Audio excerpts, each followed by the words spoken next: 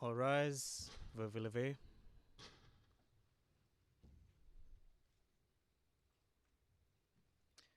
The International Criminal Court is now in session. L'audience de la Cour pénale internationale est ouverte. Please be seated. Veuillez vous asseoir.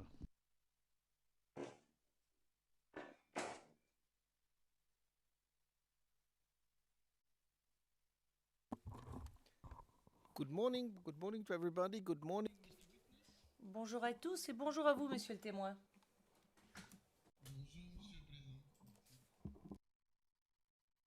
Bonjour à vous. Should be. Normalement, nous avons aujourd'hui la dernière journée de votre déposition. Donc d'emblée, je vais céder la parole à Maître Knops afin que celui-ci poursuive son interrogatoire. Morning, Jonas. Maître Knops, merci monsieur le Président. Bonjour à toute la Chambre, à toutes les parties et les participants, et bonjour à vous, monsieur le témoin.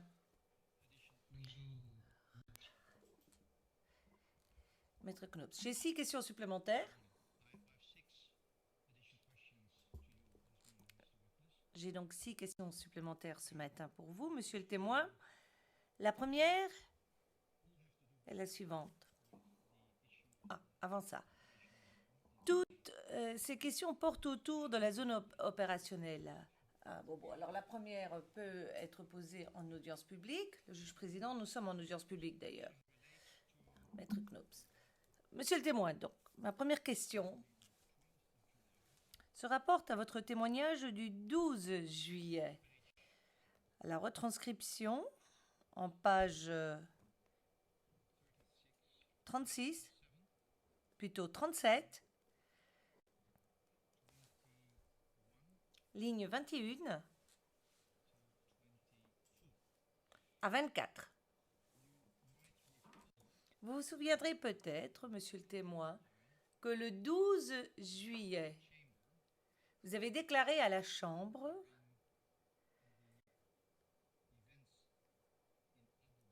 que durant les événements à Bobo, pendant la crise post-électorale,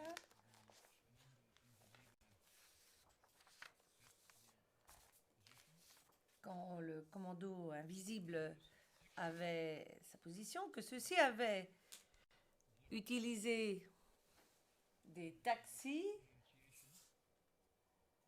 et que ceux-ci s'appelaient Waro Waro, donc je suis désolée pour ma mauvaise prononciation, mais voilà, ces taxis qui ont été utilisés pour ouvrir le feu sur les policiers qui se trouvaient au rond-point de l'hôtel de ville d'Abobo. C'est donc ce que vous aviez déclaré à la Cour le 12 juillet. Alors ma question est la suivante. Est-ce que à ce moment-là ou ultérieurement, vous avez eu des informations sur le type d'armes qui furent utilisées par ce commando invisible lorsque ceux-ci ont employé ces taxis?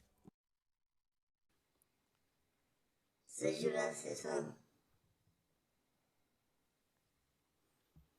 ce sont des armes de type Kalachnikov qui ont été utilisées. Did you have information that Maître Knops, est-ce que vous avez des informations sur le fait qu'alors qu'ils utilisaient les taxis, ils auraient lancé également certaines grenades au départ de ces taxis? Donc que le commando invisible aurait lancé des grenades. Dans ce type d'intervention, c'est à d'autres occasions qu'ils ont utilisé. Sinon, dans l'intervention précise, avec les taxis, dans ce dont je parlais, donc à la mairie d'Abobo, ce ne sont que les Kalachnikov qui ont été utilisés. Mais dans d'autres types d'interventions, effectivement, j'ai entendu qu'ils avaient lancé des grenades sur les forces de défense et de sécurité. Thank you, Mr. Witness. Maître Knops. Merci, monsieur le témoin. Alors, la deuxième question que je voulais poser porte également sur les événements à Bobo. Pendant la période de cette zone opérationnelle, le 12 juillet, en page 38 à la ligne 4, vous avez témoigné la chose suivante. Le commando invisible a utilisé, entre autres, des taxis et s'est mélangé à la foule, mais celui-ci a également érigé plusieurs barrages routiers contre les convois d'approvisionnement et de soulagement de sauvetage. Ma question est la suivante. Est-ce que c'est quelque chose que vous avez vu de vos propres yeux ou c'est quelque chose qu'on vous a raconté par la suite?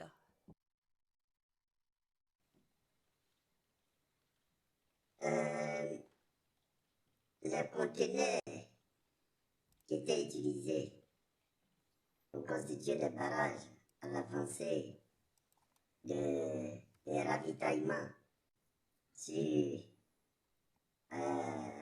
Abobo étaient visibles par tous ceux qui empruntaient l'axe Zo,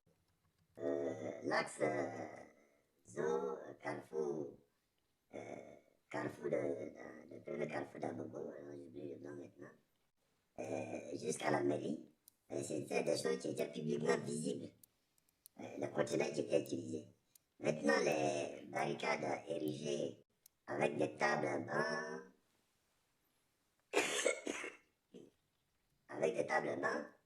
je dis que c'était aussi une information publique qui a fait l'objet même de réunions, d'interventions des forces de défense et de sécurité. Donc, j'en ai vu, j'ai appris aussi.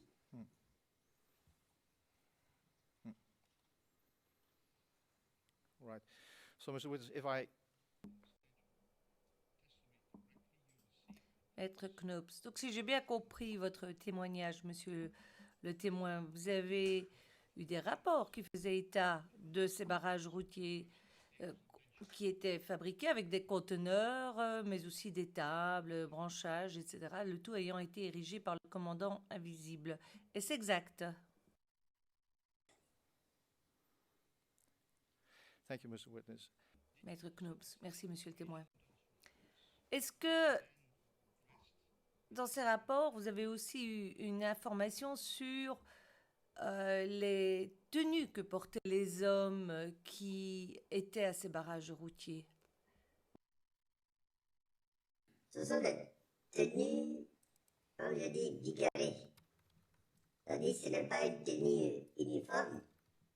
On a celui-ci qui a un bas gris avec un t-shirt, l'autre qui est en civil, l'autre, c'était vraiment des tenues mélangées.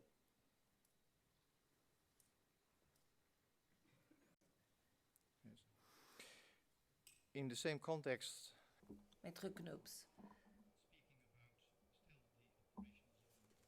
Dans le même cadre, parlant encore et toujours de Abobo et de la zone opérationnelle, le 12 juillet, vous avez témoigné en page 38, ligne 21.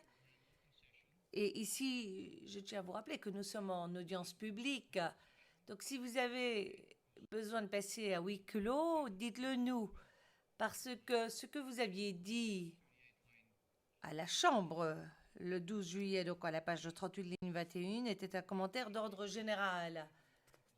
Mais peut-être que vous serez amené à parler de votre rôle. Alors, je vais simplement vous rappeler ce que vous aviez déclaré à la Chambre le 12 juillet, et puis vous entendrez la question que je vous pose, et si vous pensez qu'il est nécessaire de passer à huis clos partiel, faites-le nous savoir, afin que dans votre réponse, vous ne seriez pas amené à divulguer quoi que ce soit sur votre identité. Je vous rappelle donc ce que nous avons dans la retranscription en page 38, ligne 21. Vous aviez à ce moment-là déclaré à la Chambre, parlant des 32 policiers qui avaient perdu la vie et de la cérémonie qui eut lieu à l'esplanade du chef d'état-major de l'armée et je vous cite, il y a eu des représailles par rapport à ces embuscades. Et certains des policiers s'en sont sortis vivants.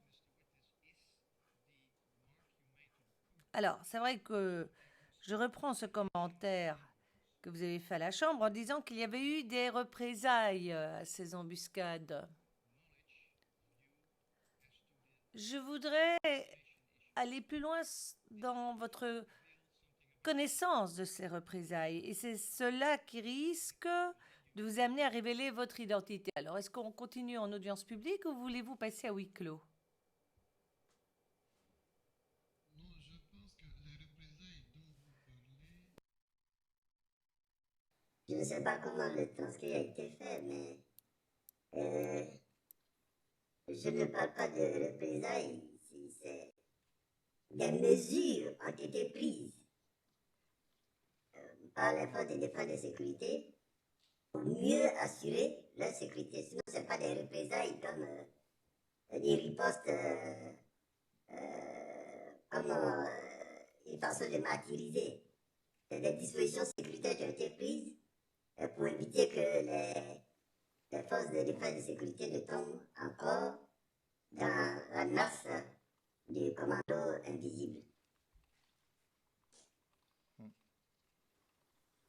So if the transcript reads retaliation, Maître Knops. Alors, quand on voit dans la retranscription représailles, ou retaliation en anglais, en fait, nous devons comprendre des mesures qui sont prises pour protéger les forces de l'ordre.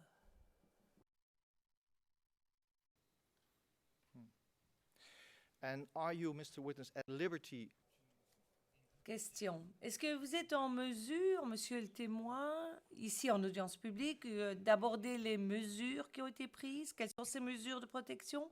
Sans que cela ne révèle, bien sûr, votre qualité. operational Est-ce que je voudrais que vous puissiez nous parler des mesures militaires qui ont été prises pour faire face à ces embuscades, etc., sans pour autant révéler votre identité ou votre origine. Donc c'est pour ça que je fais preuve de prudence. Non, c'était des mesures générales de protection, donc je peux en parler. Des mesures générales de protection, notamment qu'il fallait, toutes les interventions devaient se faire en groupe. On devait être groupé pour toutes les interventions.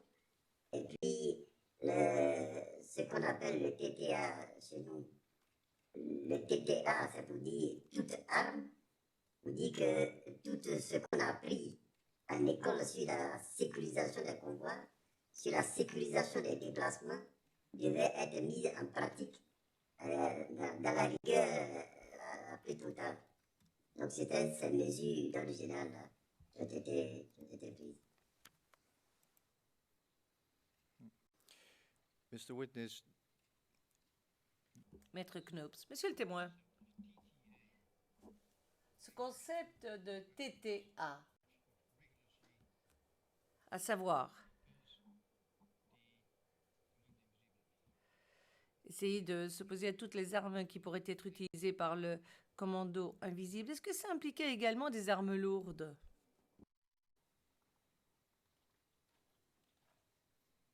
Vous m'avez dit, est-ce que ça impliquait pour nous l'utilisation des armes lourdes?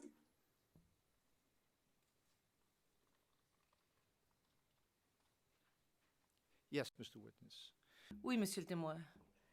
Est-ce que, dans ce cadre-là, dans ce contexte-là, à Bobo, en zone opérationnelle, aviez-vous l'autorisation, est-ce que les FDS avaient l'autorisation d'utiliser des armes lourdes?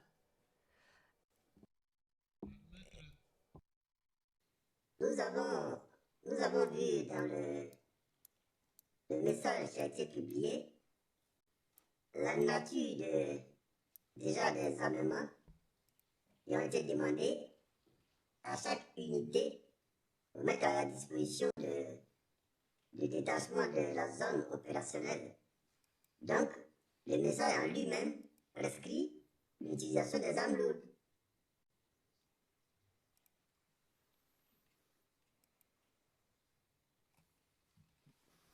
just for Maître Knops. Pour la chambre, pouvez-vous nous expliquer ce que vous entendez par arme lourde? Que devons-nous supposer que comprend cette terminologie de arme lourde?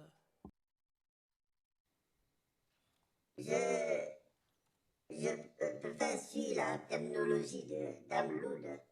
Je prends les armes qui ont plusieurs servants. Hein. Les armes qui ont plus d'un servant, je les classe dans la catégorie des armes lourdes. C'est-à-dire que quand ce n'est pas quelqu'un, une seule personne qui utilise une calache et qu'il utilise, comme j'avais cité, des armes, par exemple, comme le PKM, où il faut quelqu'un qui charge la bande, dès l'instant qu'il y a deux servants, je le mets dans la catégorie des armes lourdes.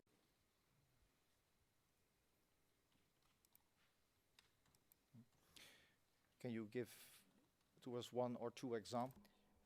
Maître Knops, vous pouvez nous citer des exemples de ce genre d'armes lourdes? Par exemple, les armes lourdes à plus petite, je prends l'arme automatique modèle 52 français. Je prends aussi le canon de 20 mm français. Je mets aussi le lance-roquette anti-char français de 89 mm. Je mets aussi le RPG, je crois que ça doit être 73 mm à peu près. Je mets aussi les engins qui sont dotés d'un canon qui est supérieur à partir de la 12.7 jusqu'à 12.7, 14.5, 73 mm, 90 mm. Voilà, voici des exemples que je peux vous donner. Thank you. Maître Knops. Merci, monsieur le témoin. J'oublie aussi de citer aussi les mortiers.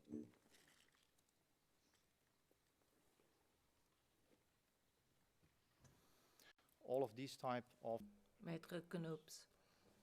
Ce sont toutes ces armes-là qui pouvaient être utilisées, qui étaient reprises dans l'autorisation TTA. C'est une conclusion exacte alors que je peux tirer sur base de ce témoignage que vous faites. Non, les armes que j'ai citées, je vais dire que c'était les armes qui étaient disponibles aussi quand la plupart étaient disponibles. Ces armes-là étaient disponibles dans la zone opérationnelle, au commandement de la zone opérationnelle. Bien entendu, leurs utilisations obéissent à un certain nombre de règles. yes, that's indeed where I'm getting at, Mr. Whitman. Maître Knops, c'est exactement ce où je voulais arriver. Hier, monsieur le témoin, vous nous avez dit, ou plutôt vous nous avez confirmé la déclaration qui fut la vôtre au bureau du procureur, à savoir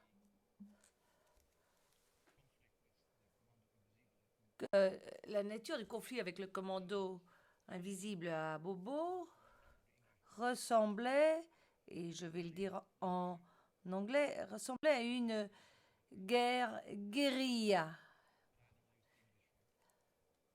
Une guerre de guérilla, donc en anglais comme en français. Vous vous souvenez de cela, monsieur le témoin?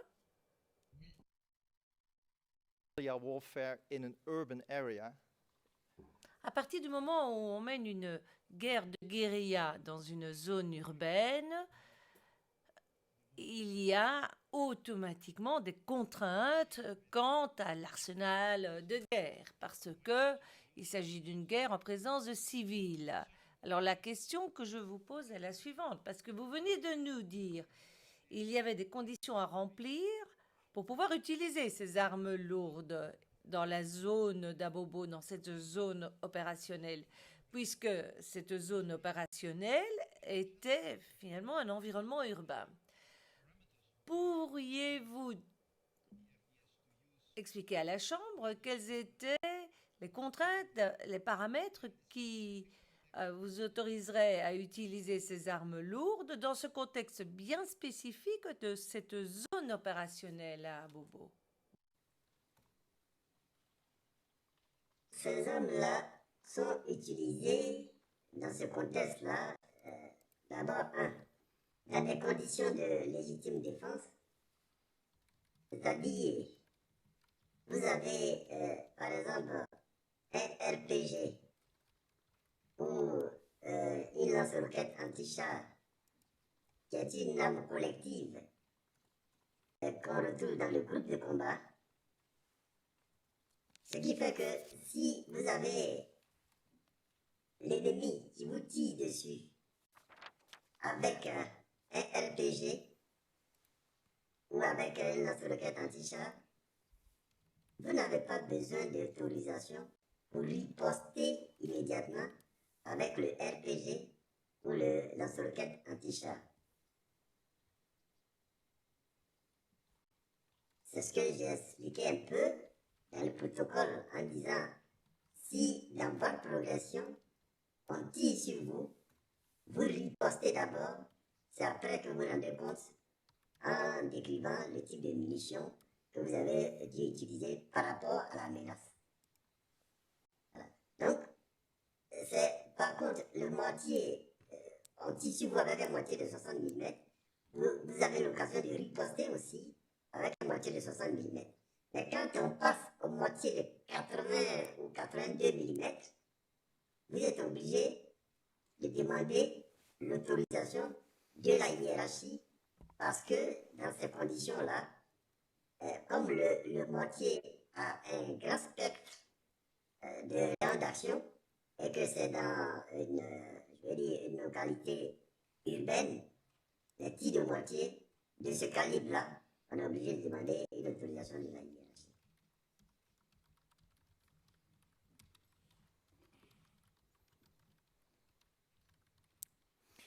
And do you know, Mr. Maître Knops. Et monsieur le témoin, est-ce que vous savez si cette autorisation dépendait de certaines conditions, telles que, par exemple, la sécurité des civils? Oui, c'est ce que je dis. C'est pour ça qu'on est obligé, en fonction de la sécurité des civils, que nous sommes obligés de demander l'autorisation de la hiérarchie d'abord, avant de choisir, en donnant les coordonnées.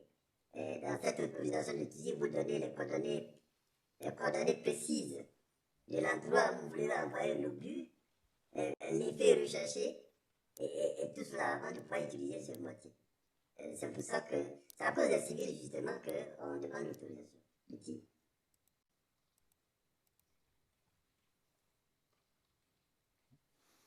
So, Mr. Withers, when Maître Knops, c'est donc monsieur le témoin. Quand quelqu'un vous dit que l'utilisation d'armes lourdes n'est pas autorisée en zone urbaine, quelle est votre réponse alors? Normalement, l'utilisation d'armes lourdes n'est pas autorisée en zone urbaine, mais c'est pour ça que je dis que le combat de la guérilla est compliqué. Vous êtes en face d'un ennemi qui n'observe pas les règles de guerre et qui vous envoie des obus de moitié de 82 mm. Et vous savez que cet ennemi-là se retrouve à un endroit où, je vais dire, qui a pu être déserté par les civils et qui est dans un endroit désert. Vous faites quoi? Si vous avez son cantonnement, mais vous envoyez des obus pour déloger l'ennemi de son cantonnement.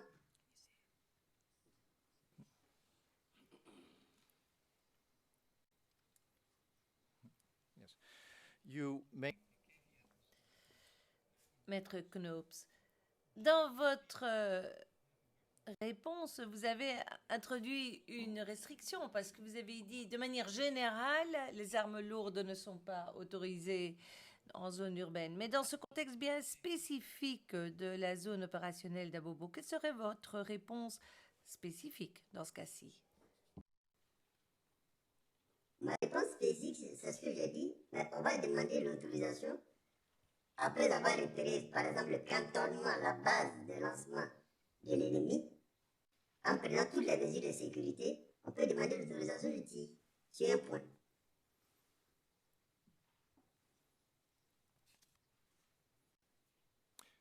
Thank you, Mr. Withers. My last question. Maître Knops. Oui, merci, monsieur le témoin. Mes 4 dernières questions vont aborder le résultat, les conséquences de cette opération dans la zone, ou de cette intervention plutôt dans cette zone opérationnelle d'Abobo. Le 12 juillet, vous avez déclaré à la Cour, c'est dans la retranscription, page 39 en version anglaise, ligne 11 jusqu'à ligne 16. Vous avez donc déclaré que même après la mise en place de la zone opérationnelle, la zone Abobo est tombée aux mains des rebelles. À l'exception de l'escadron, car il était connu que c'était les forces de défense et de sécurité qui le défendaient. Alors la question spécifique, précise, que je voudrais vous poser ici est la suivante. Pourquoi, alors qu'il y avait une zone opérationnelle, cette zone fut quand même perdue et tombée aux mains des rebelles? Est-ce que vous savez pourquoi, malgré cette intervention, ce sont les rebelles qui se sont emparés de cette zone-là? Ah, d'accord. Ben, comme je vous avais indiqué que la méthode d'action qu'on avait constatée au niveau du commando invisible, j'ai visé d'abord les attaques ciblées sur les forces de défense et de sécurité, visait donc à désorganiser les forces de défense et de sécurité et créer une psychose, une peur, de sorte que les points étaient tenus par les forces de défense et de sécurité ont été désertés et on les a regroupés tous à l'escadron d'Abobo. Il faut ajouter aussi que les tentatives pour déloger le commando invisible au PK-18, en définitive, ont été infructueuses. Dès lors, la route était donc donnée au commando invisible de s'installer un peu partout à Bobo, à l'exception de l'escadron où se tenaient les forces de défense et de sécurité. Et je pense que à l'escadron, dans cet escadron-là, les forces de défense là ont quitté le point, je crois qu'ils ont quitté le point un peu quelques jours avant l'attaque généralisée sur Abidjan, donc je peux évaluer entre le 4 et le 5 avril à peu près.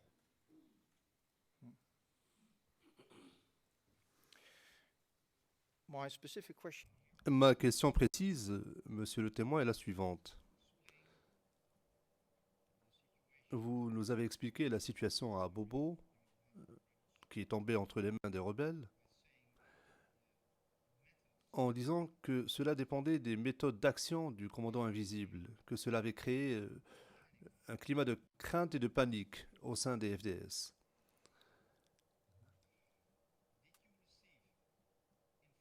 Avez-vous reçu des informations selon lesquelles la raison pour laquelle la zone opérationnelle d'Abobo est tombée entre les mains des rebelles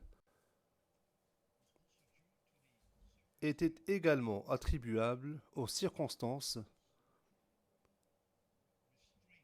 propres au FDS, c'est-à-dire que celle-ci était contrainte par le protocole en matière d'usage d'armes lourdes?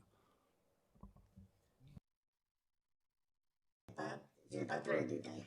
Je pense que les différents commandants de la zone opérationnelle pourront vous donner les détails. Sinon, je ne sais pas les raisons profondes qui ont motivé le désengagement des forces Thank you, Mr. Witness. My- Je vous remercie, monsieur le témoin. Voici ma dernière question. Elle concerne le contexte de la zone opérationnelle.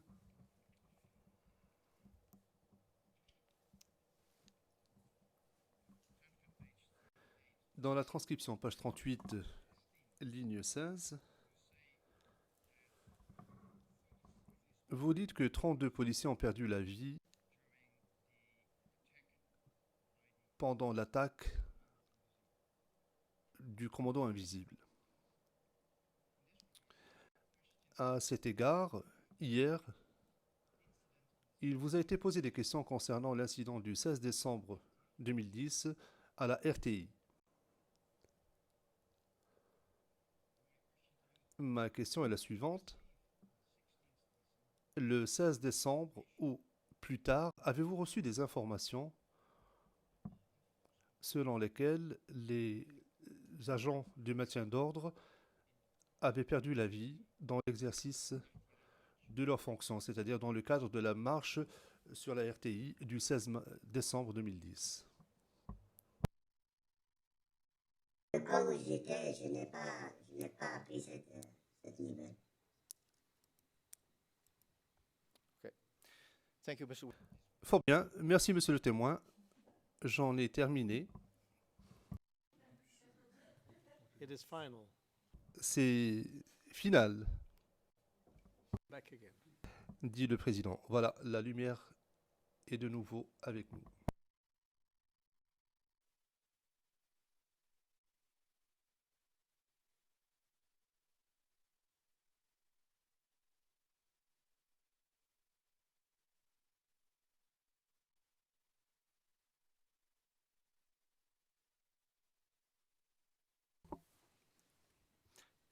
Maître Knops, après avoir consulté mes confrères, nous en avons terminé, Monsieur le Président. Je vous remercie. Merci à vous aussi, Monsieur le témoin. C'était un plaisir que de vous interroger. Merci. Thank you very Merci. much. Le juge président, je vous remercie, Maître Knops.